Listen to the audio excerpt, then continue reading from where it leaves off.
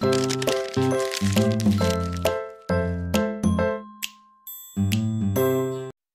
from Bored at Work, and today we're taking a look at the Blu Vivo Air. Now, we actually saw this device at CES 2015. Blu had their whole separate venue to take a look at the device, and we walked away rather impressed with the build quality, the price tag, and what Blu just had to offer in the whole package. So with that said, we're going to show you the full rundown of our time with the device, the positives, the negatives, and the disadvantages of having a device priced at $199 and yet packing a full number of specs. Now, starting off with the hardware side of things, we're going to look at the front of the display, which is 4.8 inches, has a 720p HD resolution. Pixel density is packed here, so there's no problem with that. Have a front-facing camera with proximity sensors and LED backlit capacitive buttons that work well to the touch, and they're backlit well, so there's no issue there. Now, there is a micro SIM card slot on the side there. This isn't a locked device, so that's really good to see. You do have a 3.5mm headphone jack at the bottom with a micro USB as well. Now, on the other side, there is the power button, which is on the left side. It's traditionally on the top and the right-hand side, so it's kind of odd, but you get used to it, and there's no qualms with that. And the volume keys also have good feedback. And the top is bland. And on the back, you do have Gorilla Glass 3.0 on the back and as well as the front. So great quality all around. The brim of gold there is actually aluminium surrounding the device, and you do have 16 gigabytes of storage, which we'll get back to later. You do have that 8 megapixel camera with a single LED flash, and just to give a sampling of the display there, it is vibrant. Great viewing angles, have no issue with the display whatsoever, which is very surprising due to the price tag. Great heft and great premium feel. Now, from the software side of things, it's sturdy just as well as the hardware. Now, this is running KitKat under the hood.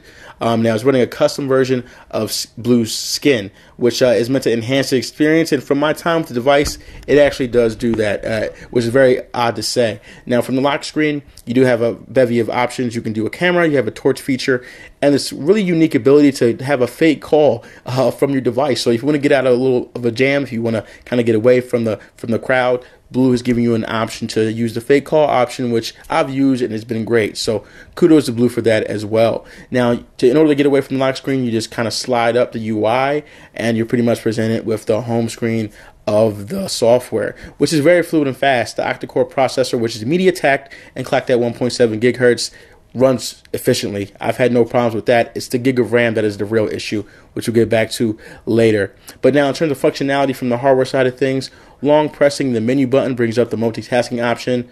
It's very nice, very fluid, reminiscent of WebOS, if you guys remember that software. And it's fast. It's no problems with that at all. You do have the back button as well as the home button as well. And now, because this is the white model, the backlit keys kind of don't work well in the daylight, but you're good with that once you memorize where they are. You also have themes as well in the software, which is very reminiscent of Lenovo's software. So in terms of the search option, I didn't silo the launcher for the purpose of the video, but you can obviously do that with Android. But I actually enjoyed my time with the software. I did not want to do that. So great stuff from Blu as well on the software side of things. Now, for the notification bar, one swipe down with one finger brings up the weather and your notifications, and two fingers, which is like KitKat on stock Android, brings down more options. At the top there, they do have that little rocket, which is meant to be your task manager to remove cache.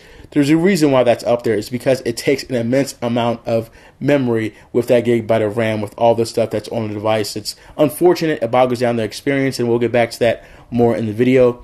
But one feature that is reminiscent on the software is also Lollipop is guest mode, which gives you the ability to pretty much give your phone to a friend and wipe all your data and have them have their own custom experience.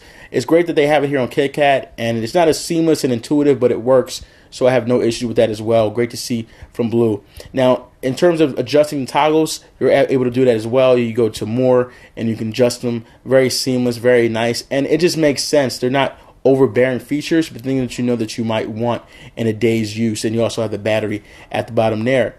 Now, if you actually want to check out some more features, you go to settings, you go to more options, and there are a bevy of, I guess, smart gestures and intuitive things that Blu has done to enhance the experience, which we'll get back to a little bit later. But in terms of the storage, the 16 gigabyte is not 16 gigs. The software side already takes about 7.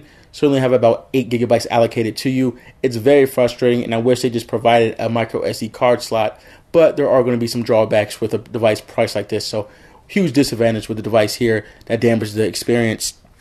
With battery life, there is a 2100 milliamp hour battery pack inside. I have no complaints about battery life. As you can see there, I have about 2 days and some change. Most of that is standby time, but in my average usage, I got about a day and a quarter to a day and a half. Great power management here with this device, which is very odd. Again, there are a bunch of things that you wouldn't expect from a device priced like this, but it works, and it works well, so no complaints there at all. Now, some of the smart gestures that I mentioned before happen to be from other devices like the LG, G2 and G3, and Nokia devices with double tap the screen to wake it up. And at first, it might seem like a gimmick. It might be wonky on devices like this. There are always some issues with that, but in terms of functionality, lock the display, turn it back on, it gets right back on with no hiccups at all. And just to give you a sampling of doing it again, we're going to lock the display and double tap it again just to see how fluid and how great the experience is, and I've had no issue with that whatsoever. So kudos to Blu again for adding great functionality to their smart gestures. This is a godsend feature where you have the ability to turn on and turn off your device with timestamps. Now, if you're a college student or a worker, you know half the time, sometimes you get home, you go to sleep, you wake up, your battery's dead. With this, you no longer have that issue, but with that gigabyte of RAM that I mentioned before, the experience is bogged down. There are times where home screens have to load up, multitasking features don't work well, and the device has been slowed down, not because of the processor, because it doesn't have the memory to keep up. And I really wish that Blu added 1 more gigabyte of RAM. They could have compromised somewhere else, maybe making that camera 5 megapixels, because the camera in general really isn't great on this device at all, and you shouldn't expect that. But I had to frequently use that rocket feature, and I do mean constantly. And don't let those numbers fool you. 63% capacity is not where it's at. It's probably 80 to 90% half the time because of the apps you're going to be using. They're larger file size now, so that's going to happen. But when it comes to the sound and multimedia quality of the device, sound quality is subpar to above average, depending on how you hold the device. Because it's super thin, things can get a little bit tinty, but media sounds great if you know how to hold it right, and that's pretty much where that goes. And with my time with the device, the camera samples won't be provided in the video of this review. You can check the website for the full written review, but they're really not worth your time.